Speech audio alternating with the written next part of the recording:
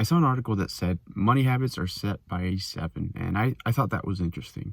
I can't even remember being 7, but I can't remember what I had for breakfast 2 days ago, so no surprise there. But after I read that, I started wondering, if the money habits are set by age 7, then at what age do we start learning our money beliefs? The interesting thing about our beliefs is that we tend not to question them. We actually try to actively defend them. We get defensive about it when they're questioned, and we don't really give other beliefs like a second thought. But some of those beliefs can keep us broke if we hold on to them. We can have all the steps to financial freedom, but if we have those limiting beliefs, we'll stay broke. And as a matter of fact, we already have all the steps to financial freedom on the internet.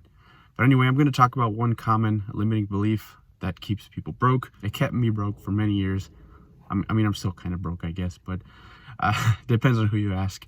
But I'll talk about that one common limiting belief and how I overcame that. By the way, I'm in a car, obviously. I'm visiting my parents. I just had my coffee, so I might be a little shaky. Sorry about that. The one limiting belief is that I need to make more money to save money. I'm going to give you a personal example. I used to work at Sonic making $8 an hour. I started going to college for engineering pretty early, since I was 16.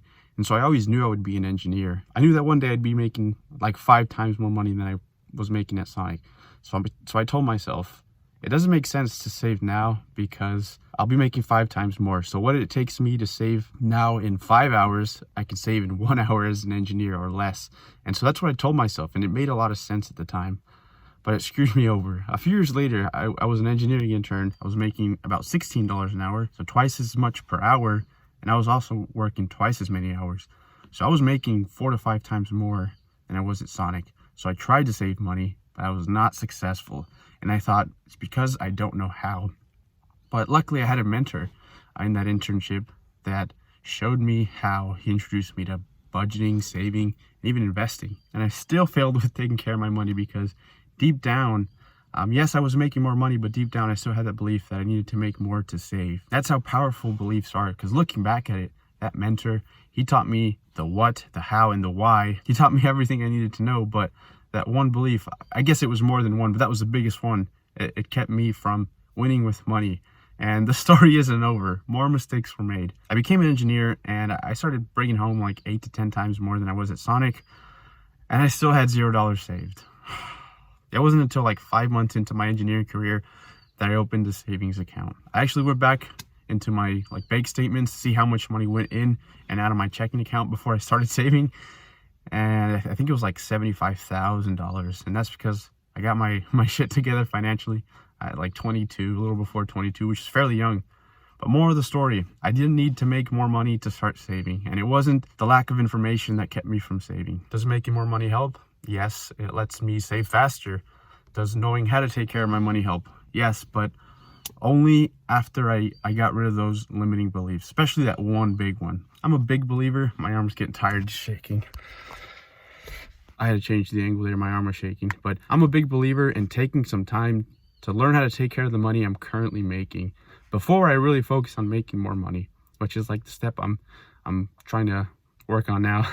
But it's like, bro, you can't even say no to McDonald's when it's like your last few dollars. How are you gonna say no to like Texas to Brazil when you can afford it? That's another topic. But anyway, how did I overcome this limiting belief? Honestly, I found myself in a situation that made me feel like I had no choice but to get my shit together financially. If I didn't, I was at risk of having to leave the life I had just started. I moved 1,700 miles from South Texas to Michigan to start my career and this new stage in my life.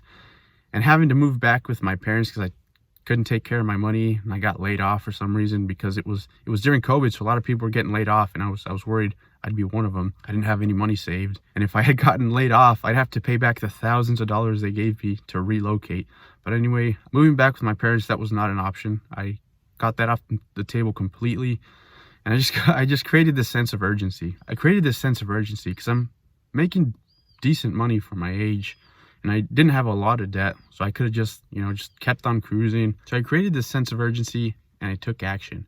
I started watching a lot of financial content like Graham Stephan, Dave Ramsey, and The Money Guy Show. I also started a budget. I jumped right into a zero-based budget and improved it slowly over time. I've made a lot of mistakes, but I've also learned a lot. I've made a video where I walk you through setting up your first budget with something called EveryDollar. You can watch that here or here. I'd say the budget is what has helped me the most with being smarter with my money after I acknowledged that I had those limiting money beliefs. I didn't even have to get rid of them right away. I just had to acknowledge that I had them and not let them keep me from winning with money. Anyway, I hope you win with money.